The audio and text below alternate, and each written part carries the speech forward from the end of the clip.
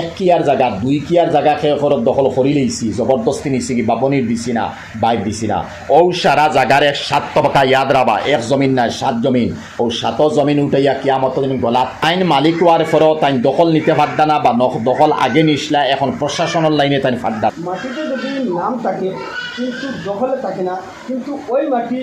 দুই পক্ষের বাবার সম্পত্তি যদি হয়, পরে যদি এক পক্ষর নাম থাকে, যেহেতু দ্বিতীয় পক্ষর নাম নাই বা নিজ বাবার সম্পত্তি হয়,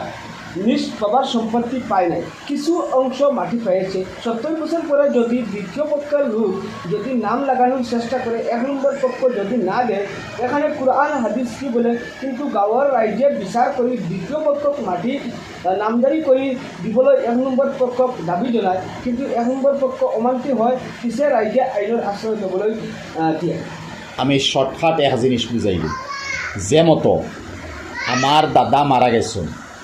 আমার দাদায় এক জায়গাত মাটি বেচিছন তিনকিয়া, বেচিয়া কোনো কাগজ উগজও দিছন না, কোনটা না আঁতুয়া হয়তো কাগজ এখন দিছিলাম, এখন পর্যন্ত আমার দাদার নাম রয়েছে, আমি আমার উপরে আনছি, আমার দাদার নাম রয়েছে, বাপর নাম রয়েছে, বেচিছি টান গেছে, টাইন জানন বা টান বাপে জাননি মাটি আমরা লই লিছি। এখন আমার নাম এই কাগজত থাকার কারণে আমি মালিক নাই, হকিকত আল্লাহর দরবারও দুনিয়া বাদ দিছি, দুনিয়া তো দুনিয়া, আল্লাহর দরবারও মালিক টাইম, টান বাপর গেছে বা বাবার গেছে বা টান গেছে, আমি বেচিছি, নাম আমার রইতে পারে, হকিকত মালিক টাইম।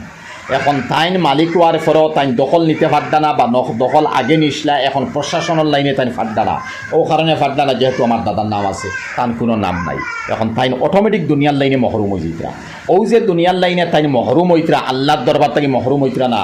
আল্লাহর দরবারও তাইন মালিক, কিয়ামতের দিন তাইনি মাটি পাইবা। আর আল্লাহর দরবারও আমি মজলুম, আমি আসামি, দুনিয়ায় হয়তো খাইলিমো, কিয়ামতের দিন আল্লাহর দরবারও যদি এক হদিস আইছে 1 হাত বা 1 ইঞ্চি 1 হাত জায়গা খরচ দখল করা যায়, তো ওদিকে 1 হাত যদি দখল করি, তো অন্তাকি জমিন 7 তবকা পর্যন্ত কতখান ওজন হইব, 7 তবকা জমিন 7 খান, আসমান জেলার 7 খান, উপর থাকি 7 খান পর্যন্ত ও 1 ফুট নিচ করি যত জায়গা হইব, কিয়ামতের দিন তল পর্যন্ত ও জায়গা উঠাইয়া আমার গলাত বান্ধি দিয়ে হইব।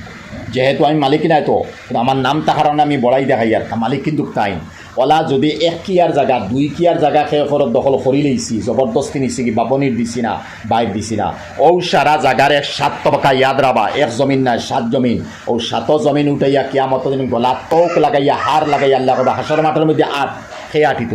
খেয়ে আটিতে পারবো, ও হাসর মাঠের মধ্যে সারাই জানবা যে বনির হক দিছে না, বাইর হক দিছে না, মাটি তার দাদায় বাপে বেশি ইসলে ওখানে নানি লইছে, তার দাদার বাপর নাম থাকার কারণে ক্যাপাসিটি দেখাইছে, হুকুমত তার আত্ম তাকায়, হুকুমত তার বাইল তাকায়, প্রশাসন তার আন্ডারে তাকায়, সে তো দখল করে লইছে। এলে কিয়ামতর দিন থেকে কিয়ামতর দিনের ও ডরাখান ডরাও কোয়া আমার নমাজ রোজা আমল হজ জকাত কোনো জিনিসে খাম দিত নাই, এই 7 তবকা জমিন আমার গলাত বান্ধি দিয়ে হইব, আর আমি হাসর মাঠের মধ্যে উঠাই লিগে যাব লাগবে। এর লাগি লম্বা প্রশ্নর মফহুমরে আমি হদিস কুরআন দিয়ে জাহির করলাম।